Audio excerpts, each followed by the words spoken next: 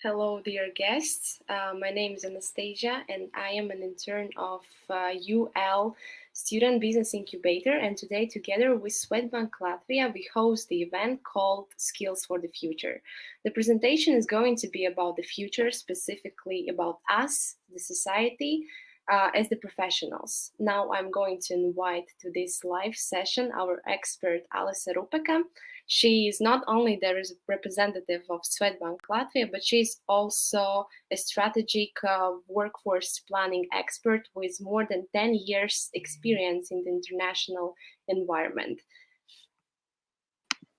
Hello, Alice. Hi, Anastasia. Thank you for inviting, and it's a pleasure to join you today. Okay, thank you very much. I'm giving you a stage right now, and dear guests, feel free to ask your questions in the comment section anytime. And yes. Brilliant. Anastasia, thank you so much. As Anastasia mentioned, I'm coming from Swedbank, currently as the strategic workforce planning expert there, but actually combining 10 years plus of experience in an international environment, mostly in finance, data, IT, and the non-governmental sector. So I do hope that some of the knowledge I'll share today with you and what we'll touch upon together will foster your questions, will give you new ideas, and hopefully also inspire you to invest in your own future and give you some tools of how you can practically do that. So next slide, please. Over the next 45-ish minutes, we'll actually dive into the so-called fourth industrial revolution. Let's see what it means and what these worldwide transformations will mean for us as humans, very much as people with our own dreams, wishes, views, and aspirations for the future, and how we can build that understanding for our own journey ahead, and what are some of the tools and bits of knowledge that can help each of us along the way. We'll start very close to my home, if I can say so. We'll start with the Swedbank story and what we as a company are doing in this space, and then I'll share more some of the insights with you of where that story starts, both with imagining the future and touching on some key aspects of it, but also then talking more about the blueprint for skills and mindsets, the jobs on the rise, what's there in the future, and how you can build those skills in a bit. So next slide, please. At the very foundation of the Swedbank story is future-proofing our business and people. Next slide, please.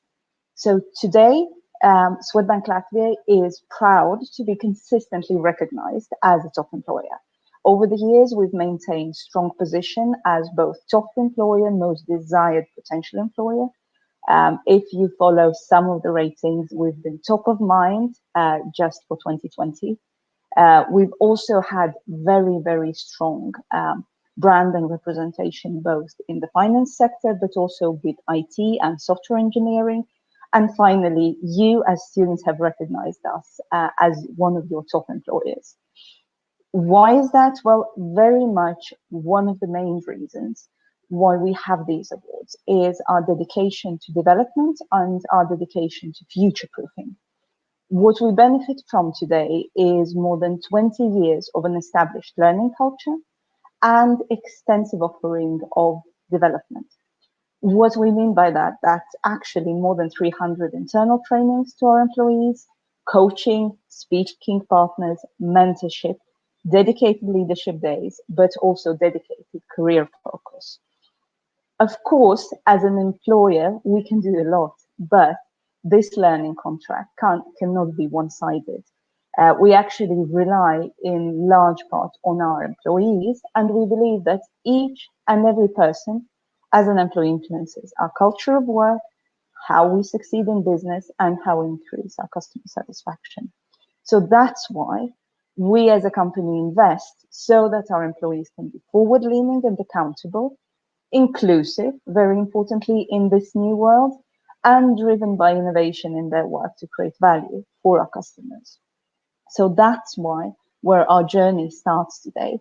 and why we support our employees in conducting value-adding work and providing them with learning opportunities.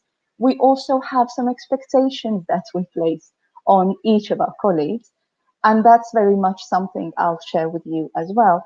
That's taking the lead of their relevance at work, staying competitive within their role, and investing in their overall employability by proactively managing their development. What do I mean by that? Next slide, please.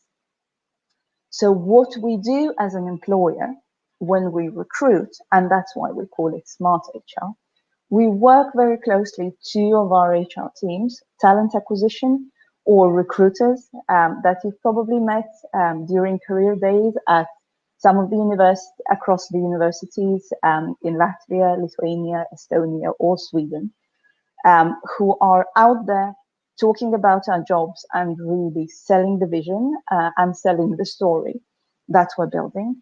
On another hand, it's also very early looking at that learning and development, which is a core part of our journey. Today, when you join a role, you don't only join to the situation here and now, you're also joining a journey of this is what I do today, this is what career opportunities I might be interested in tomorrow, and this is the learning and development I will need to remain relevant in the talent market. Secondly, what we also do a lot, it's actually we're hiring more and more for potential and multiple careers. And we'll talk about that talent for future as also one of the journeys that you can take investing in yourself. And finally, we also recognize, and this is what today's story will be a lot about, is our continuous need to develop ourselves in each of the roles and each of the careers that we choose, because what we see is the world continues to change. It continues being disrupted, especially in the banking and finance sector, but also across the different sectors.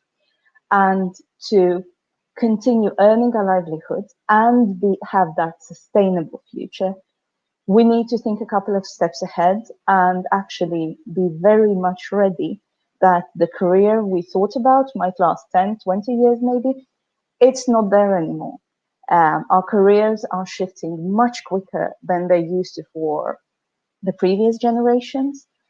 And as much tools as we can use and work together with our employers on this transformation journey, that's something that's going to be very useful and help both of the sides of the economic sector. So next slide, please. What we do as a company, we translate the story that I will be telling you today, first into our business requirements. So really seeing where the bank is going, where the finance sector is going. And this is the first part that I'll share with you today, talking more about the fourth industrial revolution, this new brave world, and the bigger trends in it. So what we do as a company, we have this external intelligence. We're looking more into these insights, looking for that information. Secondly, we try and translate those insights into our own realities and say that increasing interconnectivity and data availability, what does it mean for our people? What does it mean for each of the roles? What are those future competencies that our people might need?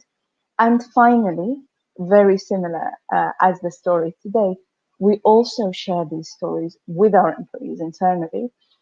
Even though their jobs might not be impacted today, they might be impacted tomorrow. So we need, as a responsible employer, to be very transparent. This is the future. This is where we're going. This is how the world's changing. You can be the driver of your own career. Decide which way do you want to go, and then we'll help you in terms of giving you both tools, support, but you need to be in the driver's seat. So that's very much how we work as a company today. And that's why we're looking very much into future from a professional perspective. At the end of the day, that's why I, as workforce planning expert, have a big part of my job looking into the future and trying to find those trends, but also designing tools that will help us get to the future. So from point A to point B, and in that point B to actually be successful in the long term. Let's jump in right into the future. Next slide, please. And by imagining the future, we'll really talk more deeply about the fourth industrial revolution. What we mean by it, very much, is the world being disrupted at an unprecedented scale. Some of you might be history geeks and you know there's been industrial revolutions before.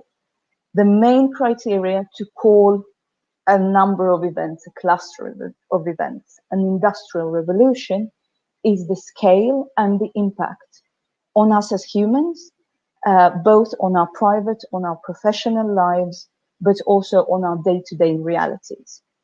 So when futurists talk about the fourth industrial revolution, what they're really meaning, it's a fundamental change in the way we live, we work, we play, and we relate to one another. What it means, it's also that the technological advances today are merging some of the previously disparate areas. And I'll talk about that in a minute. Next slide, please.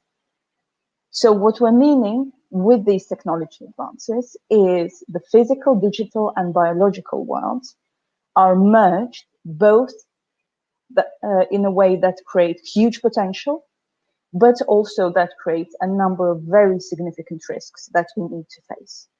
And one of those is something that's affecting us at exactly this moment. And that's a lot about COVID-19, which is affecting us at a global scale, which as a pandemic has been so fast and so intense, exactly because we're so interconnected globally. But it has all these technological advances have also helped design very quick responses, both the vaccines and the more aligned progress from governments. All of that has been possible exactly because we are in a world of the fourth industrial revolution. So what we see around the revolution is very much technological advances affect our identity and everything that's associated with it. Our sense of privacy, our notions of ownership, the way we consume, and the time we devote to both work and leisure, but also how we develop our careers, how we cultivate our skills. Is learning easy at the end of your fingertips? So you might be lying on the beach actually at the moment and listening to a live talk.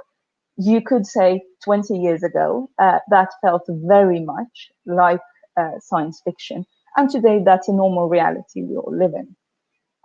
Of course, this is the impact on the way we're meeting people, but also on how we're building and nurturing our relationship. As well as in the final sense, it is a lot changing the way we're looking at ourselves, at our health, at our sports patterns. We're talking more and more about a quantified self, and generally this amount of data that each of us is generating also is creating both opportunities so we can manage ourselves better, but it's also raising the questions of privacy. So who can see how we act, who can analyze our data, and potentially make predictions of what's going to be our next step. All of that is possible because of technology, and of course both we as individuals, but also businesses and governments are very much looking how can they operate in this new environment and what can make us successful. So the first thing we'll talk about is a lot around this fundamental transformation. So what we mean by it is from a work perspective, we're talking more and more about robotics, reformulation of tasks, interactions with robots, and that human-machine tandem in looking at any of the work we're doing. What we see within generally industries, and that's both the major consultancies as well as World Economic Forum having their view on it, it's estimated that within a few years, with these technological changes that we're seeing, it could be that about 1.4 million people will lose their jobs by 2026. And more than 70% of those jobs will be lost completely because that job will be fully automated or no longer needed. At the same time, McKinsey Global Institute estimates that due to these changes, around 375 million of workers globally will need to change jobs. And of those, 14% will actually need to move into completely different roles. So something that's not there at all. Finally, what we're also seeing, and I'll talk about it in a minute, is that we have a very inconsistent application of future. So in some situations, you can say the future is really here and now, and then in other places, it feels like it's still the 20th, the 19th, the 18th century. We'll talk about the somewhat unequal distribution of future, but also of those opportunities that come with technology. So now jumping more into some of the key themes, we've touched upon technology and the quantification of ourselves and the amount of data. We've touched a little bit on the global and local context. Next, let's jump into something that's very much affecting the way we function, but also that is a consequence of the technology impact on the world around us, and that's environmental sustainability. And what I mean by that, of course, as most of you know, is both the global warming and generally the climate change, which is contributing to the volatility and uncertainty of our world. Essentially, as many of you know, the human activity has contributed to global warming. And global warming, it's not only about the temperatures getting higher, it's also about the climate getting more unstable. And that has a very significant impact on our economies globally. It does mean that in quite a lot of cases, we can no longer rely in agriculture, for example, on the needed stability to predict how much are we going to produce in the years ahead. Secondly, if we go away from agriculture and we move more into finance, banking, investment, and insurance, which is the area that I come from, these models are also disrupted. Suddenly, environmental risks need to be assessed at a completely different level than they were before, and that both those skills and that knowledge needs to be integrated into the regular way how businesses function. This is something very new. It hasn't been there in the past. And what it does create, it also creates new jobs. So the new risk analysts and risk managers that analyze and have to give suggestions on how to rebuild the business models or how to analyze risks, they need new knowledge about how the climate is evolving, how to build predictive models around climate change. And that's something of a positive thing, actually, where you do see, yeah, we're in a difficult and volatile situation, but you see new jobs emerging to address that situation and actually make a career in the area. Next slide, please. Then, of course, in addition to the other changes that we have within this bigger fourth industrial revolution, we also see that our societies are changing a lot. We're seeing an increased rate of urbanization. And what I mean by that is very much that a bigger part, more than half of the world's population today, according to United Nations report, already live in cities. And it looks like over the next 30-ish years, it's going to be more than 70% of the global population that will live in cities. Of course, on one hand, it's a very positive trend. We know that these larger communities attract both higher value, knowledge-intensive industries, so there's more jobs and there's more interesting careers to pursue. On the other hand, there's a lot of uncertainty also about the rising costs. The bigger you have the cities, the more demand you have on the environment, on housing and living conditions, and it becomes sometimes much more difficult to actually secure the career that you want, simply because the competition is significantly higher. So that's another trend that's impacting the industries, and you'll see there might be new jobs related both to better organization of cities and through more human scale approach rather than megapolis. On the other hand, it also means that some of the jobs will actually become cheaper and cheaper just because there's so many people, and you'll see disruptions around that. Another trend that I want to touch upon, and that's on that's both characteristics of each of us as a customer, but that's also impacting the world in which we operate. What we see is a lot of changing customer expectations.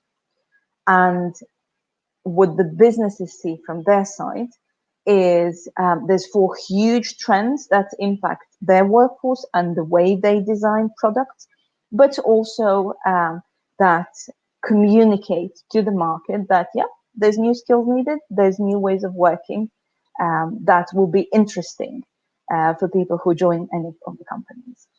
One of those things, of course, is connected journeys, same as you're currently using Amazon, Netflix, some of Google products or other companies. We as customers expect that the service offering will be seamless.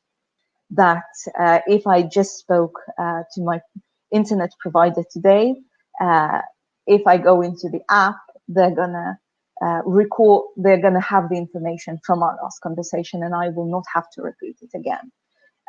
We also, as customers, expect that the services provided to us will be customized, that they will be specifically targeted to us, especially if we give any data to the businesses. And finally, that the providers will always expect innovation and keep pushing the limits. These changing customer expectations become more interesting, especially because we live in this global interconnected world where we look at different businesses the same way, be it Amazon or be it a local business. We still expect to have these businesses as a trusted partner. So if we give them data, we expect them not to sell it. We also expect them to continue innovate and remember who we are and treat us as a valued customer, as well as make sure that their business processes are seamless. So if anything needs to happen behind the scenes, it happens, but that we as customers don't experience these breaks in our journey. So that's more the world that the businesses operate in, and some of the skills that they hence are demanding from their employees. And of course, there's a bigger part where also we as people come in, and that's the demographics changes and the way we impact the new labor market. So what I mean by that is, on the one hand, all of us are living longer lives, and generally we can expect to work longer, be on the job market longer, but also meet other people who represent different generations and different preferences on the same labor market in the same marketplace. What it does mean is, of course, it has an effect on how we communicate, on what we expect from our employers, and these expectations will vary a lot depending the generation that we come from. We'll also at the same time see the higher impact on the full economy of these demographics changes. So as we currently are living more longer and longer lives and remaining active longer, the effects that we'll see in the economy will be both in healthcare, in finance, in housing, in education, and as well as recreation. So the wealth generation will happen all across the different generations. We'll have some more pressures on our healthcare system, and especially with COVID-19, we're seeing it quite a lot.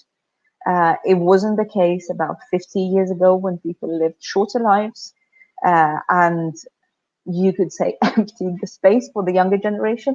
Today, we all continue living together, and that does place some pressures on the infrastructures that we're using, all of us, and as well as the way companies approach us as customers. Suddenly, companies need to develop products to a much wider range of different generations than they used to before.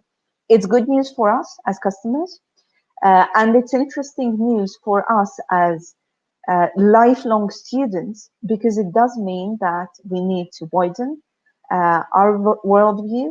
We need to be more inclusive towards very different needs and very different formats of communication. And we need to become more flexible, especially if we work in any of the sectors that work closely with customers, because we will need to adapt to very different patterns of consumption, of communication, of wishes and expectations.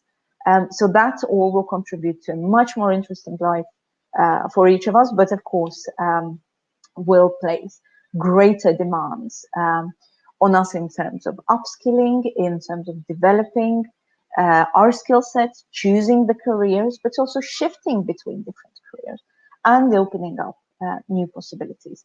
So we'll talk more about how we can prepare for it. Next slide, please. So if we bring all of these trends together, what's that foundation for a sustainable future? So with this very much so-called VUCA, or volatile, uncertain, complex, and ambiguous world, how can we approach it? So we're building a sustainable future for ourselves. A way that I've started to think about it is very much, if you imagine the world we live in as a mountain river that you plan to ride in a canoe. You're just at the very beginning of it. You know this is going to be a really cool and interesting journey, but it's going to be heck difficult, and you'll need to make quite a few choices along the way. So how do you do it?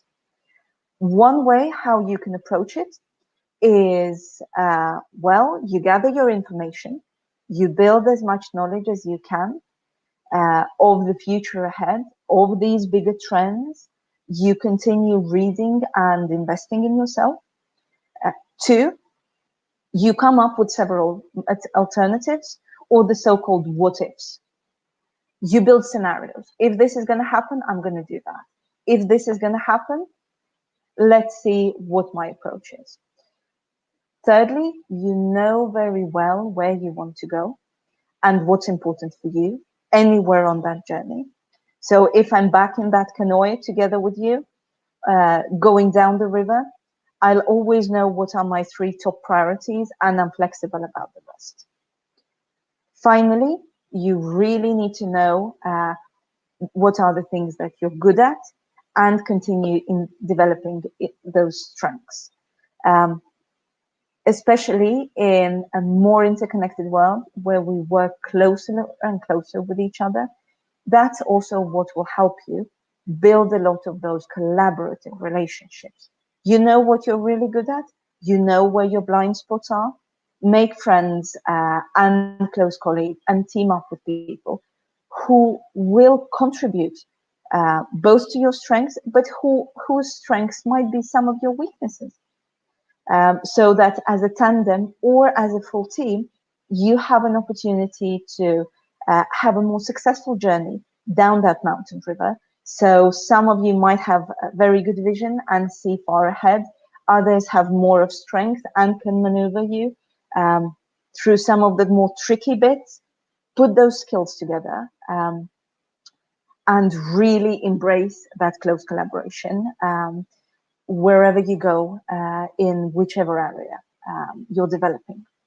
So today's session very much is that knowledge building, that looking ahead, but also seeing from those top skills, giving you an opportunity to identify, okay, so if this is what the future needs, where am I today?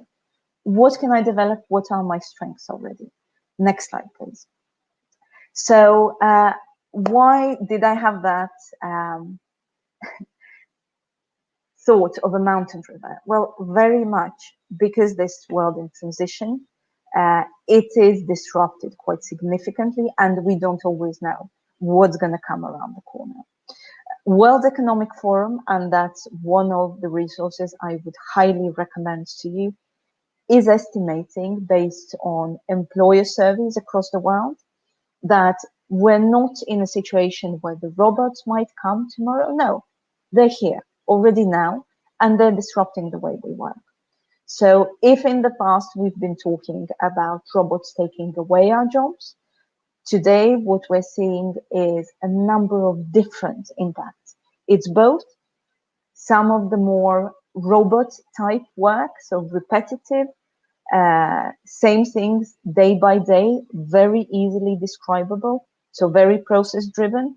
That kind of work is being disrupted and is being taken over by machines. On another hand, in a lot of the positions that are more value add, that require higher level education or more adapted technical skills, a lot of that work actually becomes more value driven and more interesting with the introduction of automation and robotics, because suddenly those parts of your work that was repetitive, boring, same thing day by day, all of that is taken away, or you actually manage to do those tasks much quicker, freeing your time to do things that are really interesting, that require intelligence, that require communication and collaboration, and that require both your insights and creativity, because those are not the jobs that robots can take away. So what the World Economic Forum is saying in practice is that about 50% of all of the workers that have today will need to be reskilled. So we'll need to find, to acquire new skills and potentially find new jobs already by 2025. In practice, we've seen a lot of it during COVID-19, where suddenly a lot of the interactions that had to be face-to-face could be remote. And suddenly a lot of things that required signatures, exchange of documents, step-by-step approach could be automated by one click or a series of your own decisions through an internet or platform or an app.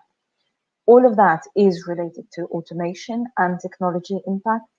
And what it practically does mean is the moment you as a customer can solve an issue just by a couple of clicks, it means that someone else who used to do that work manually now needs to do something else and can find more value in other tasks. In terms of that analysis of how big this transformation is, the International Monetary Fund is saying that about 15% of the total workforce of more than 35 countries that they've included in the analysis will see their jobs completely disrupted or completely disappearing due to that automation. And that's a lot. And how do we prepare for that? Next slide, please. Is we can see already now there are professional clusters that will be on the rise. So while some of the jobs are really disappearing because machines are doing it for us, there's other jobs because of technology, because of the availability of data, and the requirements this places on us as individuals and employers is actually there's new jobs, there's new professional clusters, which everyone is after.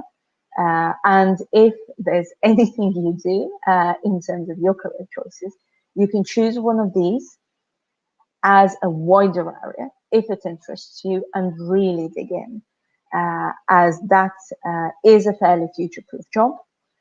It will continue changing within those sectors, but as technology and data is here to stay, those jobs will still be needed very much in the future. So if I just look at a Couple of top priorities we're seeing from the companies. It's cloud computing, big data, e-commerce, but it's also things around encryption, privacy, safety and security, as well as AI, general AI and humanoid robots. So all of those upward matching trends you'll see in these professional clusters. At the same time, there's another part of jobs, and that's mostly around people and culture, product development, marketing, sales, and content, which focus much closer on our human interactions in this highly technological culture. So we'll talk a little bit more on what we practically mean within those jobs, what can be some of the interesting professions to go for within the next 5 years.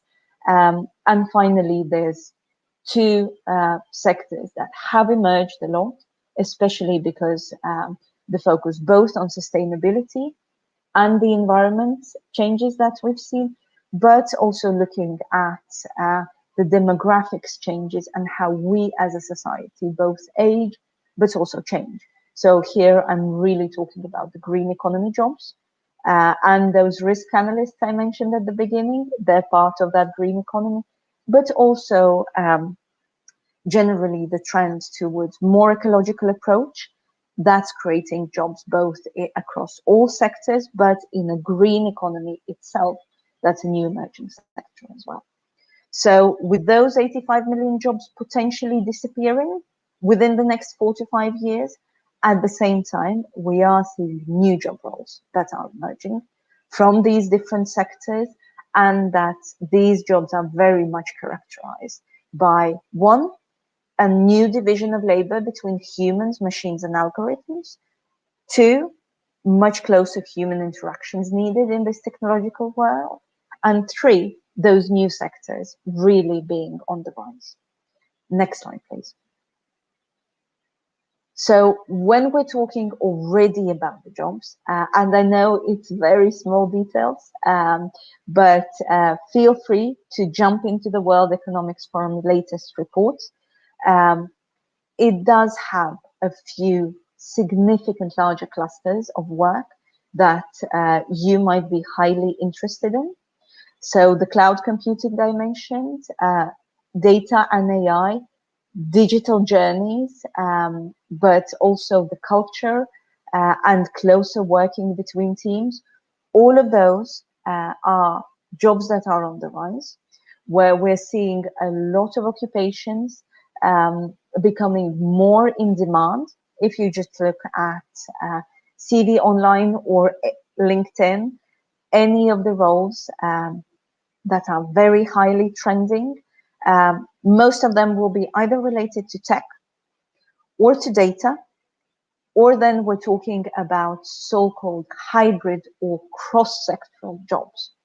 What do I mean by it? Essentially, if you look at most of these roles, they will combine knowledge from several areas, and they will no longer be the organized and standardized jobs we've seen in the future. Next slide, please.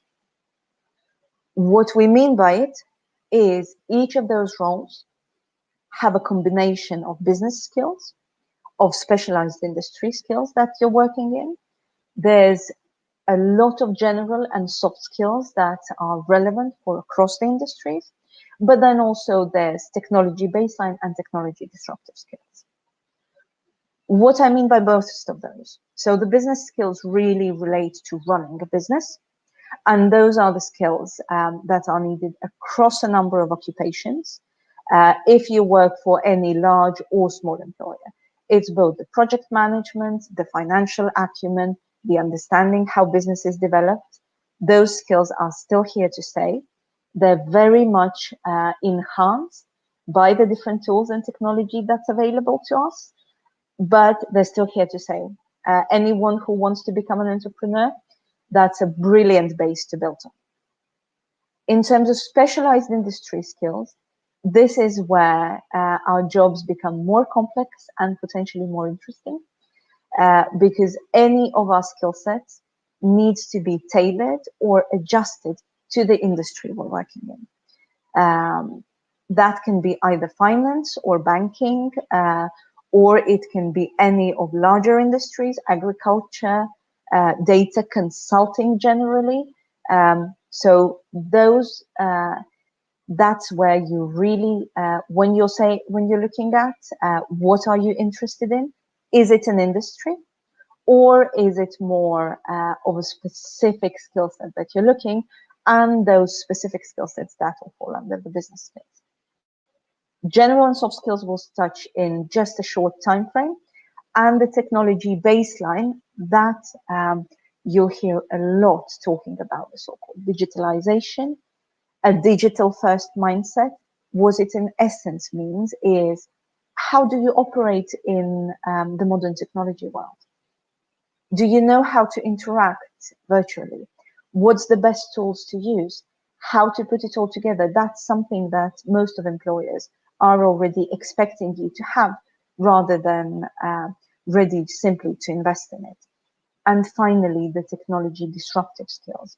Those are really about understanding the fundamentals of any of technologies and how you can use it to disrupt a business model or to disrupt a full industry. So it's really taking technology to the next level.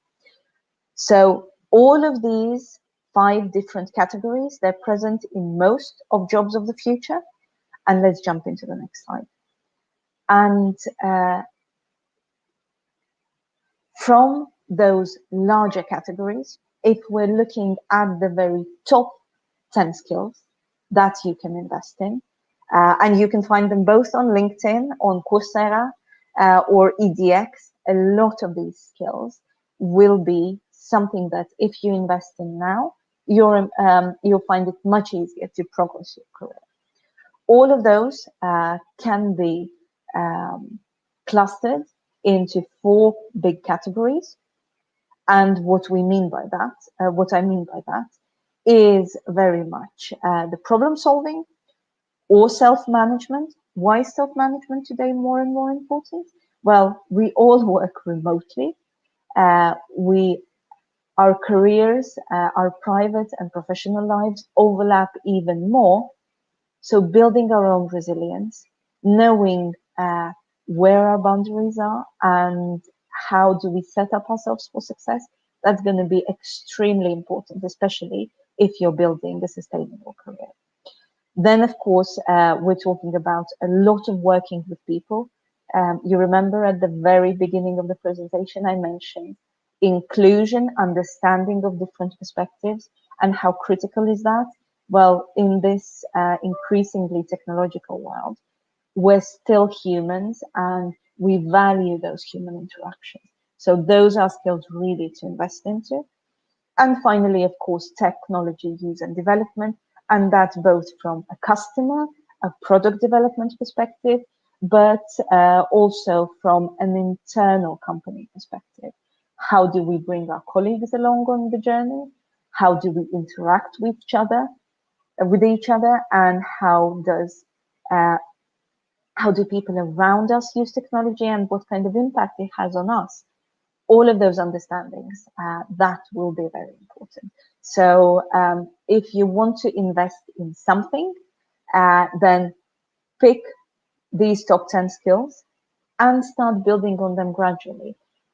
One of the core recommendations, and the very practical one, is know where you're going, understand which of the industries or of the wider areas is interesting for you, read more about it, select, as we're all in a very globally interconnected environment, select the top sources, go after those top universities or top experts, top insight sharers, learn from the best, and apply that knowledge as much as you can in the daily interactions.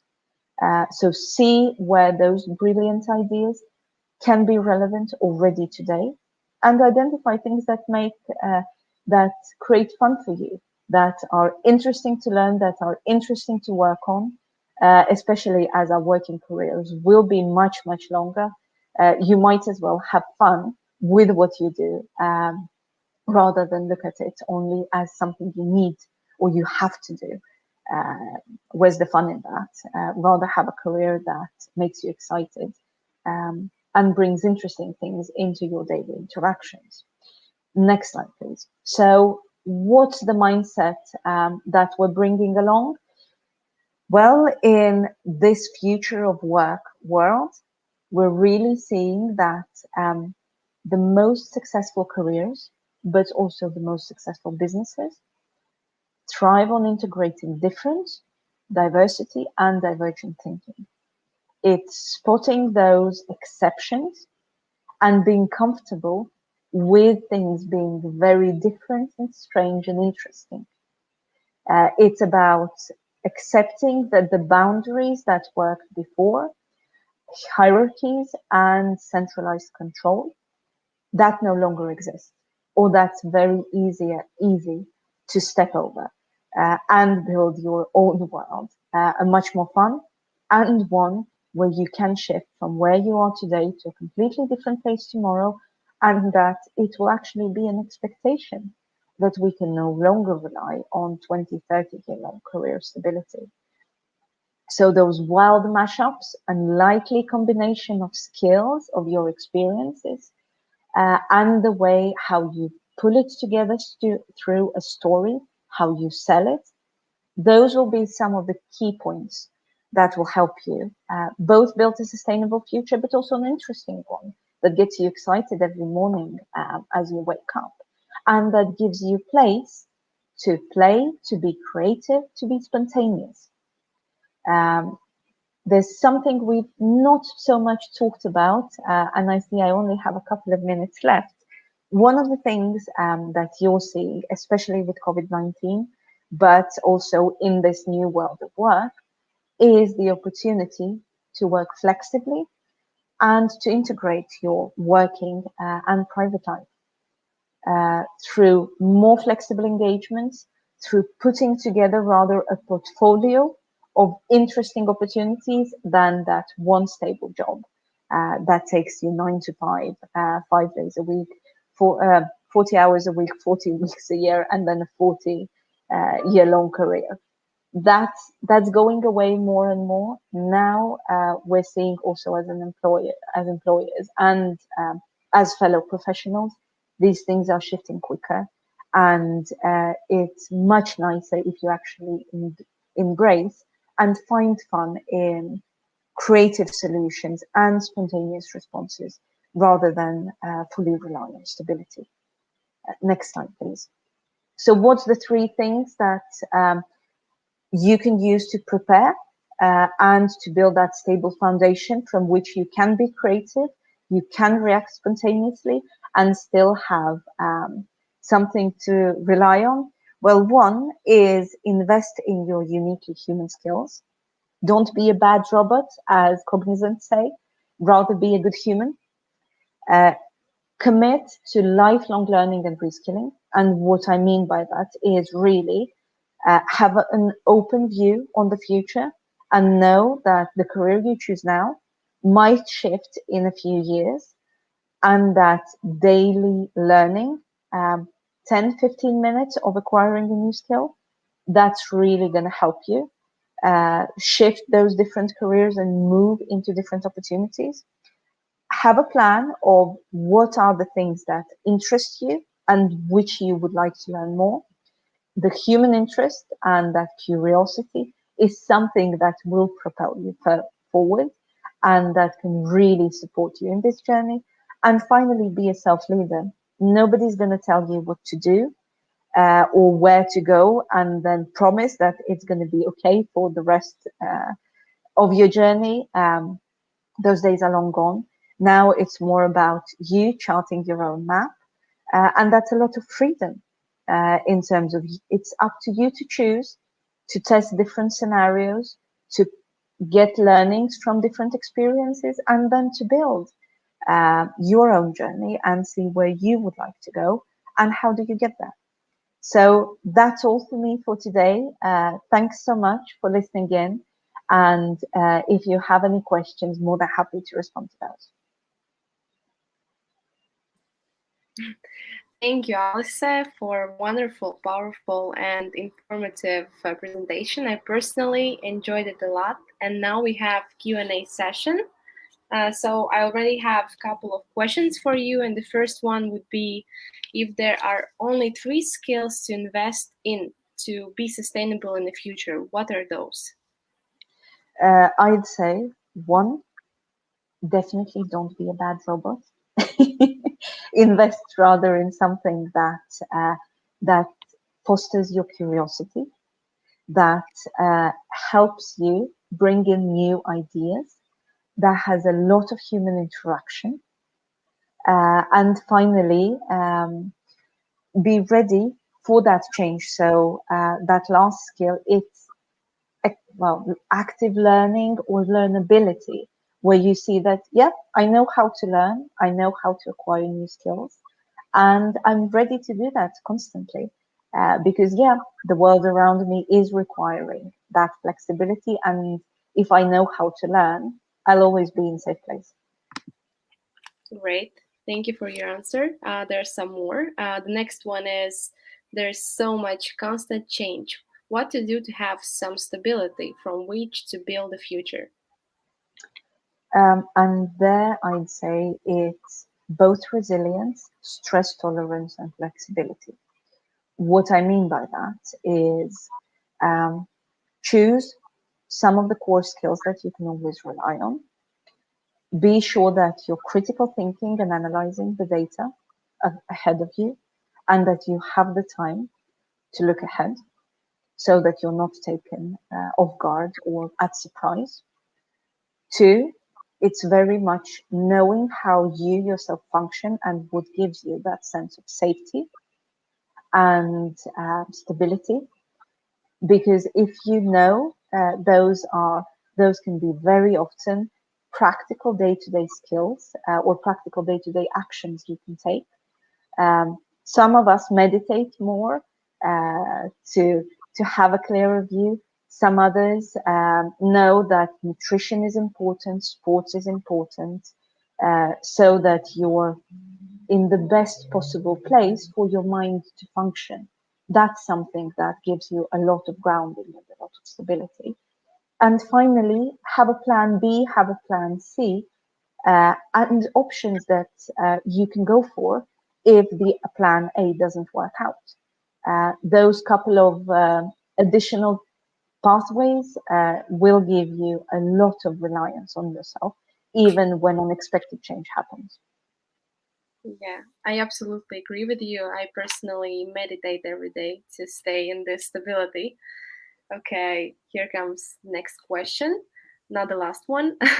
When robots will do everything as you mentioned, so what can we do in this situation? And for us, it will be about bringing in that human interaction between people, as of course we want to work together with robots and play together with them, but really go back to the very human qualities about curiosity, about being flexible, about being funny. Robots are, well, at least as of now, they don't necessarily have a very good sense of humor, but also be very close to the humans around us and be smart about the choices we make. Wow, that sounds crazy but exciting at the same time. Okay, couple more questions and then we will free you. Okay, you were mentioning that we should identify our best personality traits, or in other words, what can we do in our best possible way, right? So, what should I personally do if I can't do it? I mean, maybe I can talk to other people. Is it the right way of approaching that? I think a very good way of finding out what you're good at and what you enjoy is actually first sitting down by yourself and drawing up a list. So, what are the activities that bring me most joy, where I find fun? Secondly, it's talking to people who are closest to you, who know you well, who've seen you from different sides. And it might be not only your family and friends, but also the wider professional or educational sector. After that, there's a number of tests you can take and play around with the outputs. Both most universities have them, but you have career guiding pages as well from the state sector that you can use. And finally, I'd say once you have all of that information, you can pull it together. Ideally, if you can find a career coach or an advisor or a mentor to talk to who's already in a more, well, in a further professional position, and whom you can think together with of, okay, yeah, these are some of the things I like. Does it make a profession? How can I put it all together? What kind of a journey could it be?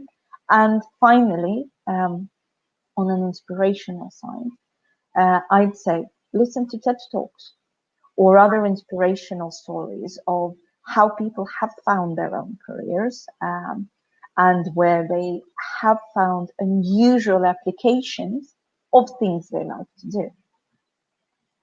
So yeah, be on the lookout for that. Perfect. Thank you. Everything was noted. That was very useful. Okay, and the last question that came into my direct messages. Are you personally excited for the future, or do you more enjoy the current situation that we have? That's a very good question. I'd say it's in what I do today, it's fun to look into the future, and it's fun to have that future orientation, professionally at least. If I talk personally about the level of technology we're using, the interactivity, and the options available to us, both for human interaction, I'd say I'm really enjoying the ride, but I'm really looking forward as well. So what's going to be there next? What else? What other science fiction things are going to become reality, and how will we be able to play with that? Yeah, I agree with you. I think futuristic philosophy is always curious. Okay, thank you very much for your time, for all the answers provided. I want to thank all the audience and see you during our next activities and events. Thank you, Alison, one more time, and we are ending our live right now. Thanks so much, and good luck, everyone. Cheers. Bye.